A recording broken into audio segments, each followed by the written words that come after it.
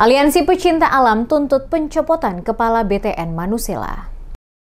Aliansi Mahasiswa Pecinta Alam Maluku menggelar aksi unjuk rasa di depan kantor DPRD Provinsi Maluku pada Rabu 28 Mei 2025, menuntut pencopotan Kepala Balai Taman Nasional atau BTN Manusela. Aksi ini merupakan bentuk protes atas penghentian pencarian Firdaus Ahmad Fauzi, pendaki asal Bogor yang meninggal di Gunung Binaya pada April lalu. Aksi yang dimulai sekitar pukul 11.10 waktu Indonesia Timur ini diikuti sejumlah organisasi kemahasiswaan pecinta alam dari berbagai daerah di Maluku.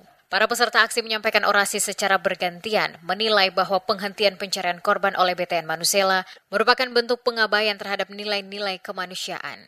Koordinator lapangan aksi Maldi Salampesi yang juga anggota KPA Real Pamker Masohi menyatakan bahwa tuntutan utama mereka adalah pencopotan Kepala BTN Manusela. Yang menilai pimpinan BTN Manusela tidak bertanggung jawab dalam menangani insiden kematian pendaki dan gagal menjalin komunikasi dengan masyarakat adat di sekitar kawasan Gunung Binaya. Salampesi dengan tegas meminta Kepala BTN Manusela dicopot karena telah mencederai nilai-nilai kemanusiaan dan tidak menunjukkan tanggung jawab moral maupun institusional. Tujuan aksi kali ini maksudnya kita dari Aliansi Pecinta Alam Maluku melihat beberapa kendala yang terjadi di lapangan proses pencarian.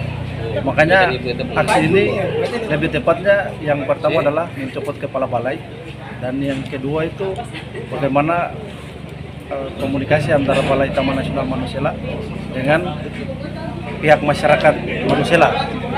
Ya, terkhususnya kira-kira kayak begitu.